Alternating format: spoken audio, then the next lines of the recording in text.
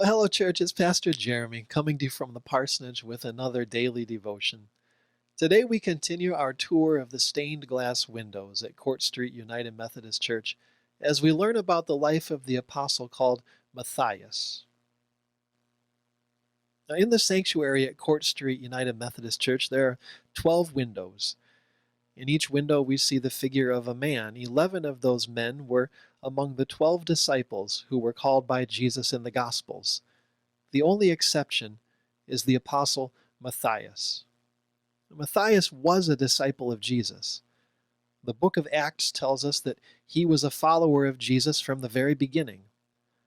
Matthias walked with Jesus from the moment that Jesus was baptized by John until the moment when Jesus ascended into heaven. Matthias was a faithful disciple of Jesus, but he wasn't one of the 12 disciples. Sometimes we forget that the 12 were not the only followers of Jesus. The Bible tells us that there were dozens and dozens of people who followed Jesus and shared in his ministry. When Jesus chose the 12, he wasn't saying, only these 12 people can be my disciples. Choosing the 12 was more of a symbolic act. Jesus was saying, just as there are 12 tribes of Israel, so I am going to have 12 disciples. Jesus was letting the world know that he was continuing the story that began in the Hebrew Scriptures. It's clear that the 12 disciples were not chosen because they were the smartest or the most faithful followers of Jesus. We know that one of the 12 disciples, Judas Iscariot, ended up betraying Jesus to his enemies and bringing about his crucifixion. After that moment, after the betrayal and the death of Judas, the followers of Jesus had a dilemma. It seemed important that there should still be 12 of them. They decided to choose a 12th apostle as a way of saying that they were going to continue the work and the ministry of Jesus. After Jesus ascended to the Father, while they were waiting to see what would happen next, about 120 followers of Jesus got together to choose a replacement.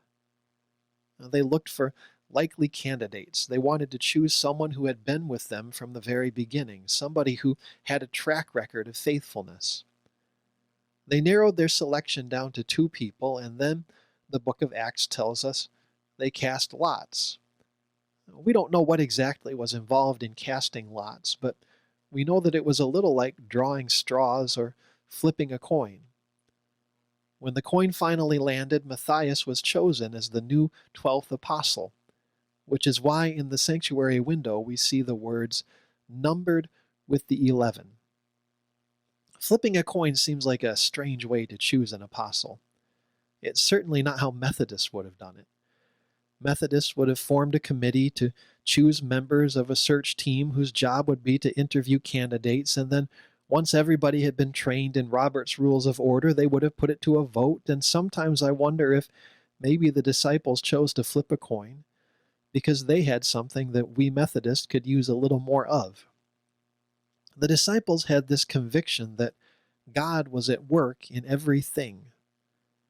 They believed that God is with us and that God will speak to us through something as small and seemingly random as a coin tumbling through the air.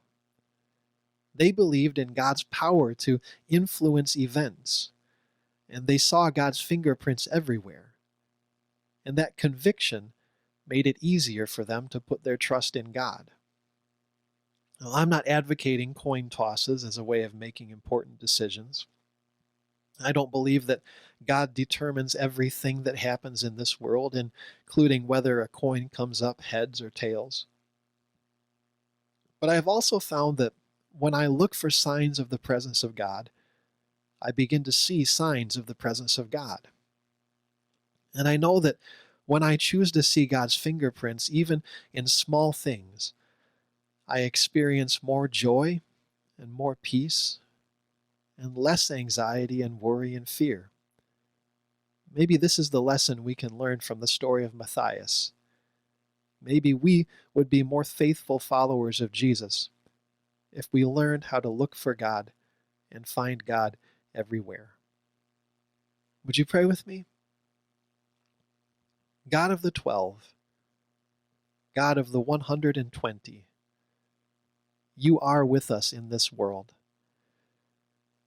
Help us to see signs of your presence everywhere, that we might become courageous and hopeful apostles. Through Christ, who speaks to us still. Amen. Well, thank you for spending some time with us today. You can find a new devotion here each day at noon. Until we meet again, keep washing your hands, keep wearing your mask, and do not be afraid.